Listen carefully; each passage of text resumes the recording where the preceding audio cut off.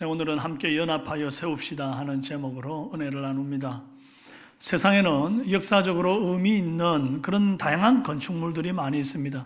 인류 역사상 가장 위대한 건축물이 무엇인가 인터넷에서 검색을 해보면 이집트의 피라미드, 중국의 만리장성, 로마의 파르테논 신전, 국제우주정거장 같은 것들이 막 나와요.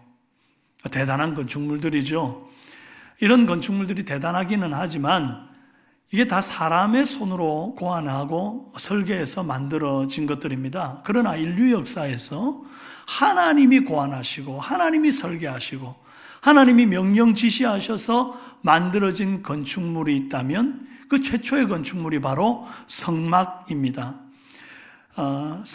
모든 건물에는 건물을 지은 건축가의 철학이 담겨 있다 그럽니다. 우리 교회도 보면 이 건축을 할 때에 본당은 이렇게, 주일학교 아이들이 있는 곳은 이렇게, 또 분수도 이렇게 만들어서 이 안에 모든 이제 건축가의 철학, 성도들을 위한 마음 이런 게 다 담겨 있는 거하고 같습니다. 하나님께서 성막의 설계 하나하나 주셨다는 것은 하나도 허투루 된 것이 없고 모든 것에 하나님이 생각하는 영적 의미가 담겨 있음을 뜻합니다. 구약시대 하나님이 세우신 건축물이 성막이라고 한다면 신약시대에 하나님이 세우신 건축물은 바로 교회입니다. 그것은 신앙 공동체를 말하는 것이지 건물을 말하는 게 아니에요. 그래서 성막과 교회는 서로 긴밀하게 연결되어 있고 영적인 의미가 결합되어 있습니다. 에베소서 2장 20절에 너희는 사도들과 선지자들의 터 위에 세우심을 입은 자라 그리스도 예수께서 친히 모퉁이 돌이 되셨느니라 그랬습니다. 여러분, 우리나라 건축물은 이렇게 주춧돌을 먼저 놓고 거기다가 기둥을 놓는 방식으로 건물을 짓습니다. 그런데 이제 이스라엘은 건물을 지을 때에 이 모퉁이에다가 반듯한 돌을 먼저 하나 탁 놓는 겁니다. 그리고 그 돌로부터 이렇게 좌로 우로 이제 옆에다가 돌을 균형 있게 쭉 놓습니다. 그리고 위로도 이렇게 쌓아 올라가는 것이죠. 이 모퉁이 돌이 기준이 되는 것이죠. 그리고 이 모퉁이 돌에서 연결되어서 건물이 지어져 갑니다. 그래서 아까 그리스도 예수께서 친히 모퉁이 돌이 되셨느니라 라고 하는 그 말씀 뒤에 연결해서 오는 말씀 뭔가 하니까 그의 안에서 건물마다 서로 연결하여 주 안에서 성전이 되어가고 너희도 성령 안에서 하나님의 거하실 처소가 되기 위하여 그리스도 예수 안에서 함께 지어져 가느니라 그렇게 말씀하셨어요.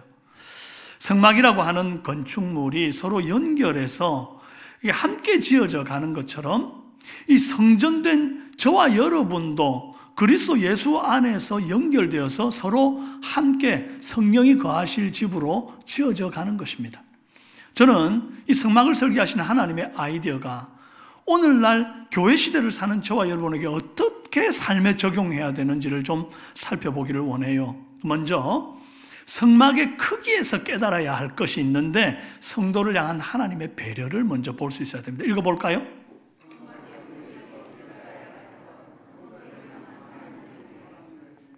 네, 세상에서 가장 높은 건물이 아랍에미레이트에 있는 부르즈 할리파라고 하는 건물입니다. 이게 높이가 자그마치 828m나 돼요. 연 면적이 잠실 종합운동장의 56배나 됩니다. 어마어마하죠. 얼마 전에 우리나라에서 63빌딩보다 더 높은 롯데 월드타워를 서울에 지었지 않습니까? 이게 이제 높이가 555m나 되고 세계에서 6번째로 높은 건물입니다. 대단하죠. 그런데 땅이 없어서 자꾸만 위로 짓겠다고 이렇게 높은 건물을 지은 것은 아니겠죠. 나라의 위상을 과시하는 것이기도 하고 부를 이렇게 과시하는 그런 것이죠. 자존심 같은 겁니다. 자존심. 우리나라에 이런 것도 있다. 로마에서는 모든 신들의 신전이라고 뜻을 가진 이 파르테논 신전이 지어졌습니다. 그것이 43.3m나 된다고요. 얼마나 높습니까? 지금 우리 이 시대로 따지면 43.3m 별로 높도 안 하네 이렇게 생각할 수 있습니다만은 그 당시에 무슨 뭐 기중기라든지 높은 뭐 자이언트 건물 짓는 이런 기계가 있는 것도 아니잖아요. 이게 사람 손으로 인력으로 이걸 43.3m나 지어 올린다는 건 대단한 작품인 거죠. 그럼 신에게 바치는 건물이 이 정도는 돼야 된다는 그런 의지를 갖고 지은 겁니다. 왜 그런가 하니까 내가 받드는 신의 위상이 다른 나라 사람들이 섬기는 신보다 더 높다는 것을 과시하기 위함이고, 내가 섬기는 신에게 이 성전을 지어 바치면 그 신이 나와 내 민족과 나라와 가정을 지켜 보호해 줄 거라고 하는 믿음 때문에 그렇게 하는 거거든요. 그런데 어찌된 일인지 하나님은 당신이 백성들에게 임하겠다, 세상 가운데 임하겠다 하신 그 처소를 성막이라고 이렇게 짓는데 너무 소박하게 짓는 겁니다. 15, 16절에 보니까 너는 조각목으로 성막을 위하여 널판을 만들어 세우되 각 판의 길이는 10규빗, 너비는 1규빗 반으로 하고 이랍니다. 조각목은 아카시아 나무를 말하는 거예요. 그렇게 좋은 나무는 아닙니다. 근데 어쨌든 이것을 이제 가지고 널판을 만들어 세워라. 근데 길이가 10규빗, 한 규빗이 45cm 정도 됩니다. 그러니까 이게 10규빗이면 4m 50cm, 4.5m 정도 되는 거죠. 그리고 너비가 한 규빗 반이니까 한 60cm 정도 되는 겁니다. 이제 그 정도 뭐 사람이 그래도 들면 들만한 그런 무게의 널빤지를 기둥으로 또 혹은 벽으로 이렇게 쓰는 것이죠.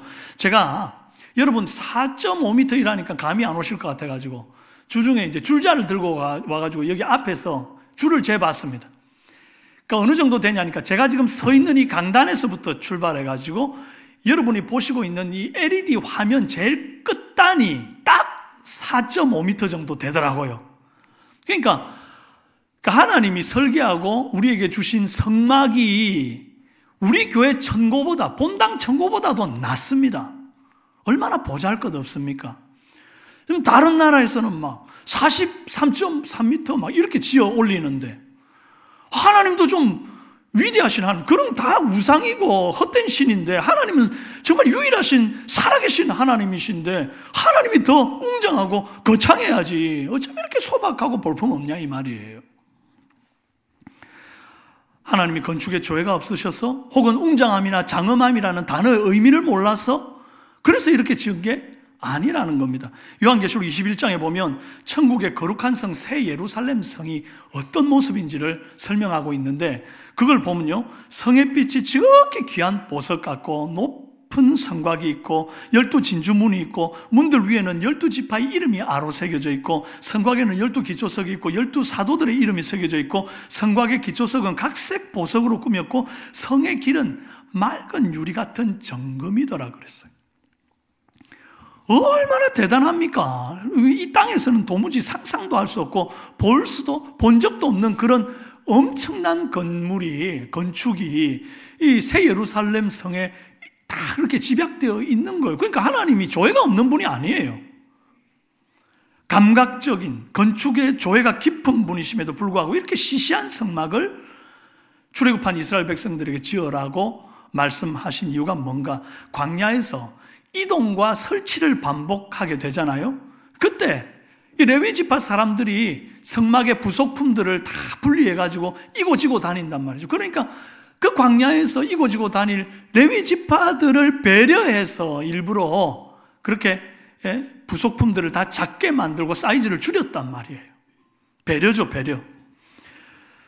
하나님 얼마든지 크고 높고 강하고 튼튼한 기둥을 세워가지고 자기를 과시해도 되지만 무거운 기둥 들고 다녀야 될 백성들을 배려해서 일부러 이렇게 낮고 가벼운 널판을 기둥 겸 벽으로 쓰셨다는 것입니다. 주님은 자신의 크고 웅장함을 쇼업하시는 것보다 자기 백성들이 더 행복하기를 바라시는 거예요. 그거 이고지고 다니면서 막 죽겠다, 왜 성막으로 옮기라 그랬노, 불평 쏟아지게끔 하는 것이 주님의 뜻이 아니고 행복하게 신앙생활하는 것이 주님의 뜻이기 때문에 이렇게 무게를 줄이고 간소화시켰다 이 말이에요. 우리 주님 참 좋으신 분이시죠. 이스라엘이 이제 바벨론 포로 시대에 솔로몬 성전이 있었는데 그게 다 회파되고 불타고 소실되고 없어졌습니다.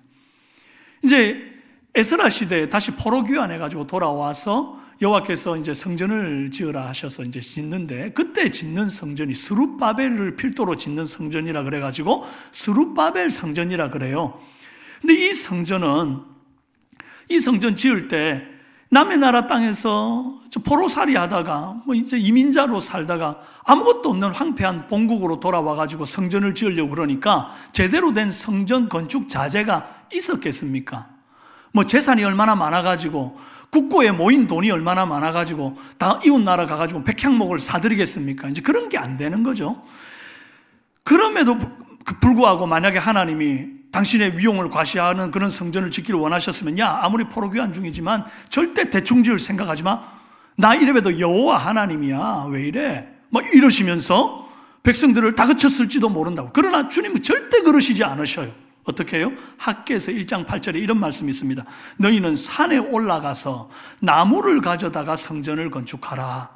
그리하면 내가 그것으로 말미암아 기뻐하고 또 영광을 얻으리라 여호와가 말하였느니라.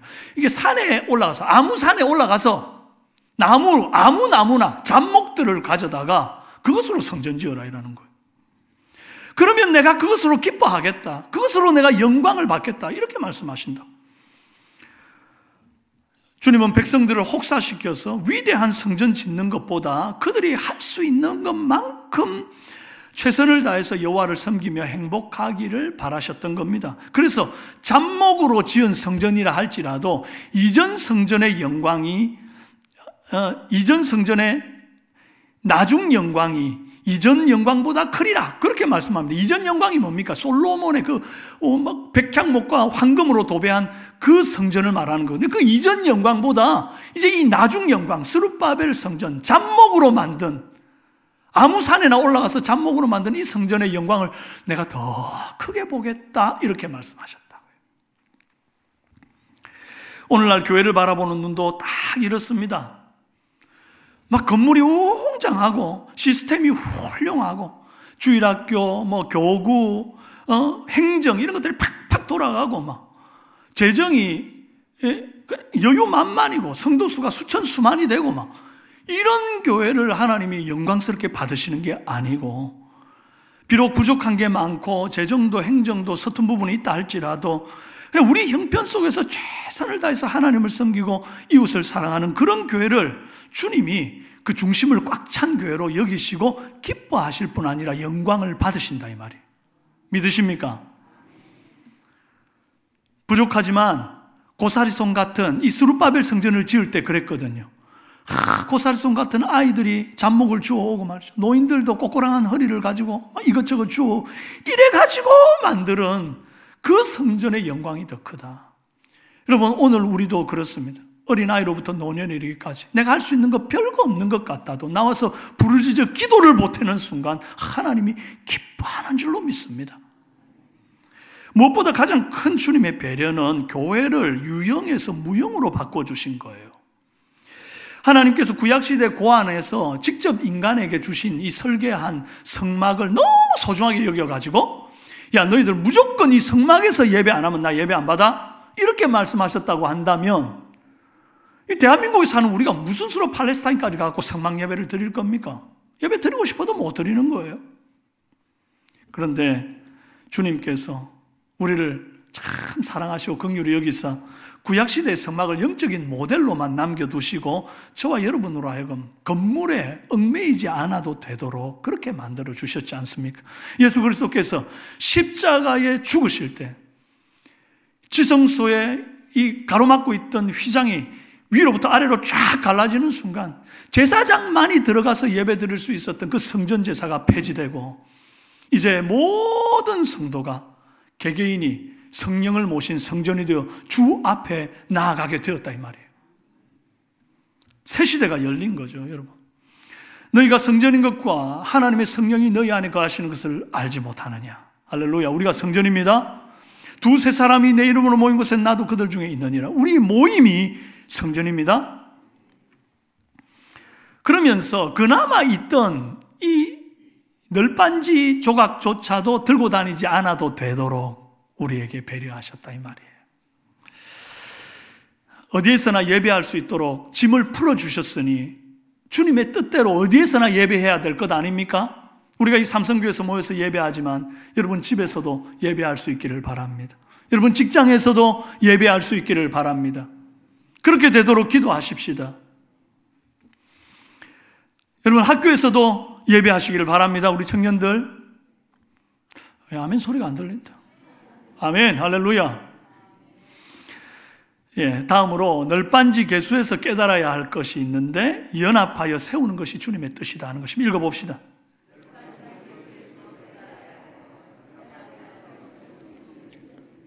네, 우리가 읽은 본문에 나온 널빤지를 다 개수를 헤아려 보면 총 48개가 나옵니다.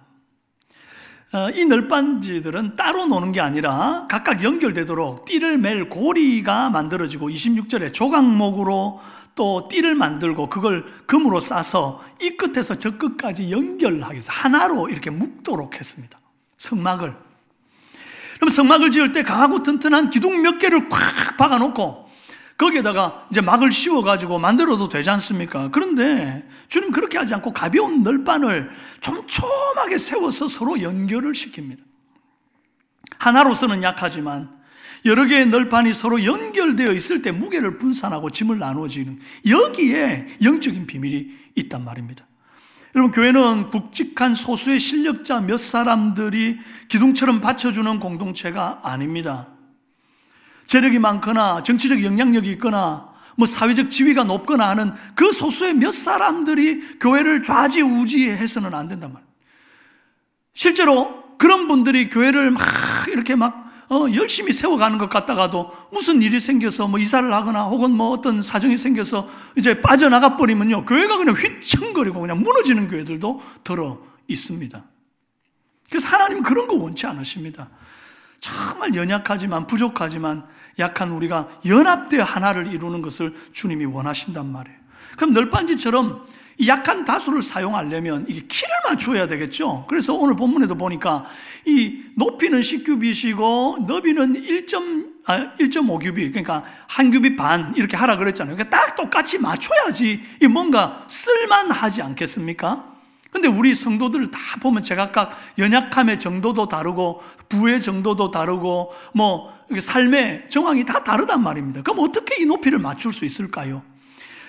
야고보서 1장 9절에 이 답이 있어요. 함께 읽어볼까요? 시작. 낮은 형제는 자기의 높음을 자랑하고 부한 형제는 자기의 낮아짐을 자랑할지니.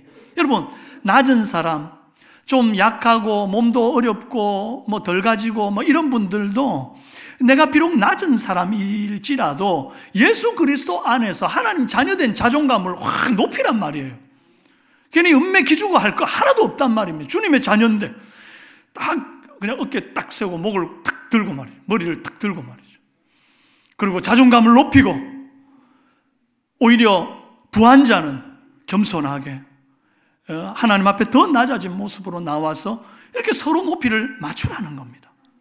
그렇게 되고 난 다음에 서로 연합이 이루어지는 것입니다. 모든 사람이 이제 같은 키의 널빤지가 되어서 조금씩 짐을 나누어지는 곳이 교회입니다.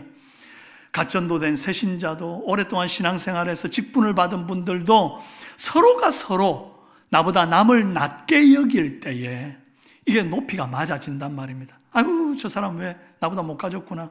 아우 저 사람 보니까 나는 참 괜찮은 사람이구나. 그러면서 비교적으로 우위에 서려고 하는 그런 마음을 갖는 순간 이미 연합은 깨어지는 것입니다. 그럼 어떻게 해야 돼요? 저분이 나보다 낫다.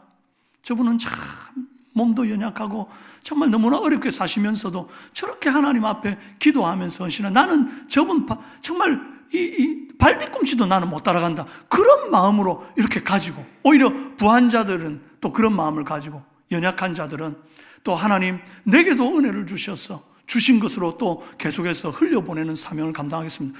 하나님 주님께서 다 알고 이만큼 주신 줄로 믿습니다. 그리고 주님 앞에 딱 내어 맡기고 나아가는 이런 모습이 안 필요하겠습니까?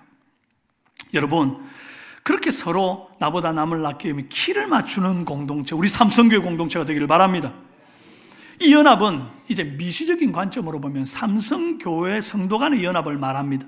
그러나 좀 거시적으로 하나님 나라 관점에서 바라보게 되면 지금 우리 교회만 교회가 아니라 우리 교회 옆에 인근에 있는 많은 연약한 교회들이 많이 있습니다. 우리가 협력하는 교회들도 있고요. 이제 그런 교회들도 결국 하나님 나라에 속한 교회 아닙니까? 주님의 예수 그리스도의 몸된 교회입니다. 뿐만 아니라 이번 경북 지역 산불 때문에 많은 교회가 불타 소실되었습니다. 많은 성도들의 집이 불에 타서 정말 거할 곳이 없는 상황이 되었단 말입니다. 여러분, 주님께서 정말 우는 자들과 함께 울라 우리에게 이렇게 말씀하셨는데 정작 나는 불 안 탔고 우리 교회 멀쩡하니까 그냥 아이고 좀 안 됐다 이런 마음만 갖고 끝을 낸다? 그 과연 하나님이 기뻐하시겠는가? 하나님 저들을 도와주세요. 기도를 하는데 손 내미는 게 아무것도 없다. 하나님 기뻐하실까? 더웁게 하라 해놔놓고 추운 자한테 옷을 주지 않으면서 배부르게 하라 그러면서 음식 하나 안 나눠주면서 그렇게 말로만 사랑하는 것은 허탄한 것이라고 말했어요. 우리 주님 그런 것에 속지 않습니다. 만약에 우리가 그런 사랑으로 아주 그냥 무늬만 그리스도인인 척하는 교회라고 한다면 우리 교회는 부패하기 시작한 것입니다. 사랑하는 여러분, 우리 교회만 교회가 아니고 우리 성도만 성도가 아닌 것을 알고 우리 주위의 교회들을 돌아보고 특별히 이번에 산불로 인해서 여러 가지 어려움을 겪은 교회와 성도들 또 이재민들을 위해서 기도하고 손 내미는 은혜가 있기를 바랍니다. 여러분, 그뿐입니까? 지난 한 주간 참 우리나라가 큰 소용돌이 가운데 들어갔지 않습니까? 대통령이 탄핵되었습니다. 새로운 리더십이 세워져야 되겠는데 여러분, 우리가 뭐 정치색을 확 드러내면서 막 머리에 띠두르고 나가, 이건 우리가 할 일이 아닙니다. 성도는 하나님 아버지 앞에 나와서 기도함으로 나라의 하나님의 마음에 합한 일꾼들 세워달라고 부르짖는 것이 합당합니다.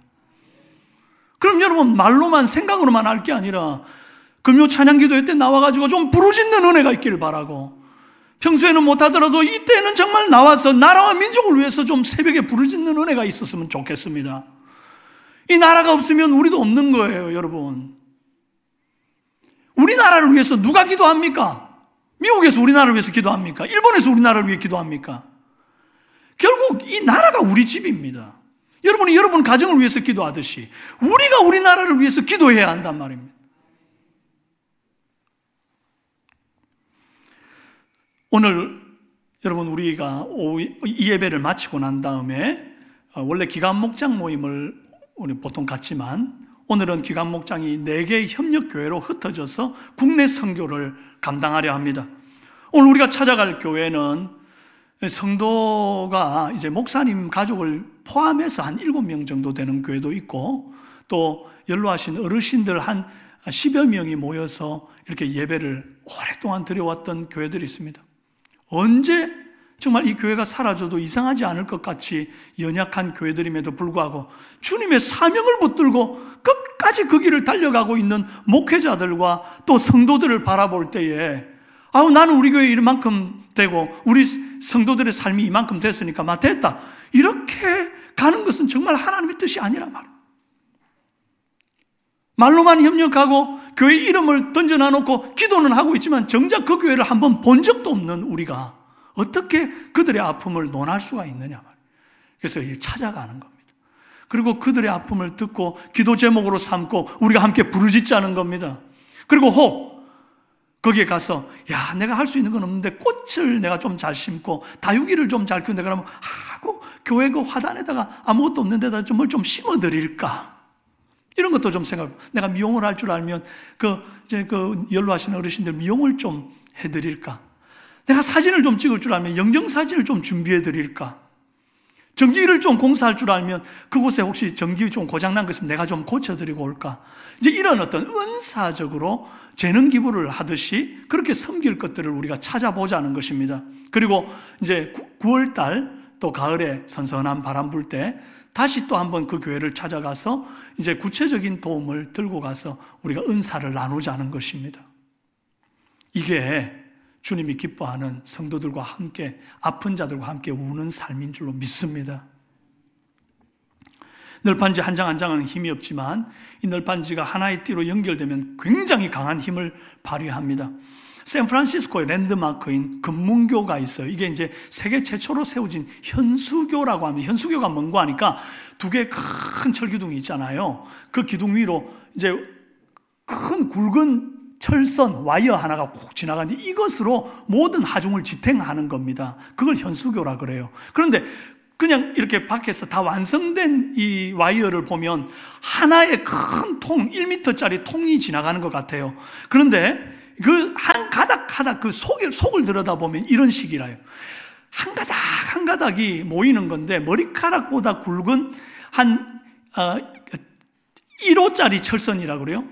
굵은 철선이 아니고 1호짜리 철선, 얇은 머리카락보다 조금 굵은 철선이 27,000개가 모여가지고 이 현수교를 지탱하는 하나의 케이블이 완성이 된답니다. 이게 모이면 이게 금문교가 너비가 27m고 길이가 2.8km입니다. 그 다리 무게만 해도 엄청난데 그 위로 지나다니는 차량이 얼마나 많습니까? 그 어마어마한 하중을 이 얇은 머리카락보다 조금 굵은 이게 사람이 손으로 벤치 같은 걸로 탁 돌리면 금방 끊어지는 이 철선이 27,000가닥이 모이니까 그 어마어마한 무게를 감당해내더라 하는 것입니다. 여러분, 교회가 이렇습니다. 우리가 함께 모여서 서로 짐을 나눌 때에 나 혼자서는 할 수 없는 일들을 큰 힘을 감당할 수 있다는 겁니다. 그래서 한 사람이면 평하겠거니와 두 사람이면 맞설 수 있나니 세 겹줄은 쉽게 끊어지지 아니하느니라 그랬다고. 그 27,000가닥은 더 안 끊어지죠. 여러분, 그러므로 나 아니라도 할 사람 많은데 나 하나쯤이야 이런 생각이 얼마나 위험한 생각인지 모릅니다. 널빤지 48개 가운데 한 2개가 아이고 나 하나쯤이야, 나 빠진다고 우리 교회 무슨 뭐 탈라나 그러고 이렇게 쑥 빠지잖아요. 그러면 거기서부터 균열이 가고 이 성막이 어쩌면 쓰러질 수도 있다는 것입니다. 그리고 그 빈틈을 통해서 이리 같은 맹수가 들이닥칠 수도 있는 것입니다.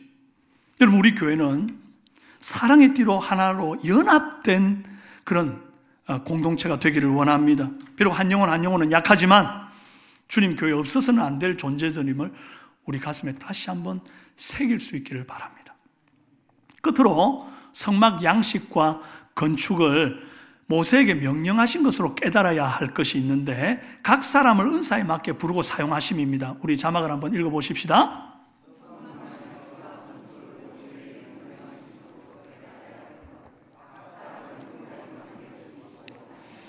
네, 좀 길었죠? 15절에는 너는 조각목으로 성막을 위하여 널판을 만들어 세우되 그랬고 18절에도 너는 성막을 위하여 널판, 이 너는이 모세예요. 모세한테 자꾸 얘기하는 거예요.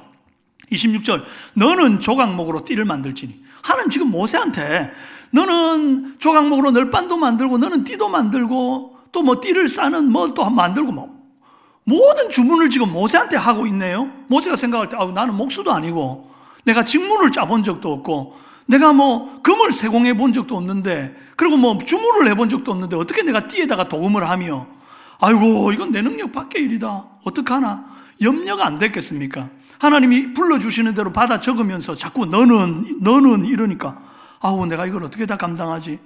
어쩌면 모세 생각에 옛날에 노아가 혼자서 수십 년 동안 방주 지었다더니 야 나도 이거 아이고 성막 짓는데 한 10여 년은 넘게 걸리겠네 웃자노 이런 생각 안 했겠습니까?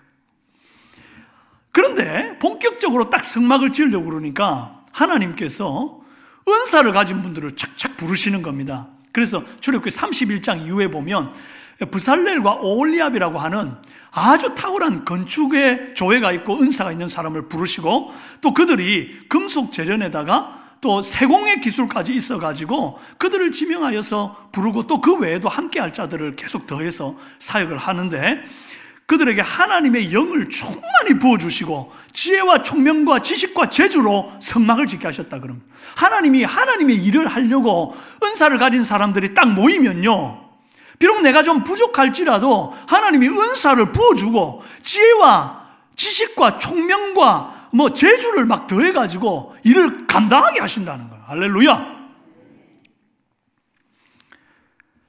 그래서 하나님의 능력을 경험하고 싶으면 주님의 사역에 내가 부족하지만 동참해보면 하나님이 그렇게 부어주시는 걸 경험하는 거예요. 그런데 하나님, 나도 지혜와 지식과 은사와 능력을 주세요. 기도는 하는데 내가 정작 하나님이 나를 쓰시는 그 현장에 안 가. 그러면 과연 하나님이 부어주시겠냐고요. 집에 앉아서 텔레비 보고 있는 사람한테 은사와 재능과 지식을 부어줘가지고 어디다 쓸 겁니까? 텔레비 채널을 어떤 걸 돌려야 내가 재밌는 걸 볼까? 그걸 얻는데 지혜가 무슨 필요가 있냐고요. 영혼을 살리고 교회를 세우는 일에, 정말 우는 자들과 함께 울고 그들을 구제하고 세우는 일에 하나님, 내가 쓰임받고 싶으면 나는 부족해요 하고, 그럼에도 불구하고 주님 사명 따라 나아가겠습니다. 나가보면 하나님이 막 여러분들에게 놀랍게 부어주시는 줄로 믿습니다. 때때로 하나님이 내 능력 밖의 일을 시키실 때가 있습니다. 우리 교회도 그런 일들이 많이 있죠. 목장의 임원 혹은 목자, 성가대, 재정부, 방송실 교사, 전도대장, 전도대원, 사실 내 안 해본 것들을 어떨 때는 이제 하게 되는 일들이 있을 수 있는데, 그럴 때마다 겁먹을 거 없습니다. 하나님은 언제나 내가 부족해도 내 곁에 함께 할 사람을 붙여줘요. 그래서 바울이 이제 고린도에서 텐트 메이커를 하며 선교를 할 때에 돕는 자로 브리스길라와 아굴라 같은 사람을 붙여줘가지고 사역을 원활하게 감당하게 해요. 그것처럼 하나님은 정말 마음 먹고 내가 뛰어들면 역사하십니다. 우리 엘림 행복학교가 딱 그래요. 권사님들 이제 모시고, 또 우리 집사님들 모시고 이렇게 와가지고, 장로님들도 계시고 이렇게 모시고 와서 이제 엘림 행복학교를 하는데, 할 때 보면 다 각각 자기의 은사를 가지고 섬깁니다. 이제 우리 사역자들이 먼저 차로 아침부터 일찍 가가지고 쫙 모셔옵니다. 그러면 이제 어떤 분은 혈압을 착착착 재고요. 그러고 나면 이제 왕년에 줌바로 이렇게 강사하시면서 한가닥 하셨던 분이 이제 우리 엘림 행복학교 어르신들한테 에어로빅하고 막 스트레칭하고 이렇게 이제 다 시작을 해요. 릴렉스 해가지고. 그 다음에 유치원에서 아주 한가닥 하셨던 분이 또 이제 찬양 부르고 율동하고, 그다음에 뭐 컵타 막 이런 거 하면서 또 아주 흥겹게 시간을 보냅니다. 그러고 나면 이제 또 다양한 손재주가 있는 집사님, 권사님들이 또 이제 붙어가지고 막 부케, 지난주에는 보니까 너무 예쁜 부케를 만들었더라고요. 그 다 하나씩 집에 들고 가시고 이러는데 부케도 만들고, 또 뭐 어떨 때는 화분을 이렇게 만들고, 어떤 때는 낙엽을 주워와가지고 그것을 작품으로 만들기도 하고 비누 공예를 하기도 하고 막 이래요. 그리고 또 어떤 분은 반주로 섬기고, 어떤 분은 음식으로 섬기고, 어떤 분은 수지침을 놓고, 어떤 분은 또 각각 자기 은사 가진 것으로 섬기니까 너무 풍성해지는 거예요. 한 사람 한 사람은 약한데 모이니까 너무나 풍성해지더라. 여러분, 두려워할 것 아무것도 없습니다. 오늘 우리가 기간 목장에서 협력교회 국내 선교 갈 텐데, 오늘 예배 마치고 바로 이제 이동하게 될 겁니다. 김밥 뭐 이렇게 간단하게 이렇게 드시고, 어떤 교회는 창녕 같은 경우에는 한 뭐 50분까지 걸리더라고요. 그러니까 어쩌면 이제 차 안에 가시면서 김밥 드시면서 이렇게 갈 수도 있겠죠. 이제 그렇게 가게 되는데 뭘 어떻게 해야 될까, 가서 염려할 거 하나도 없습니다. 가보면 주님이 예비하신 게 있을 거예요.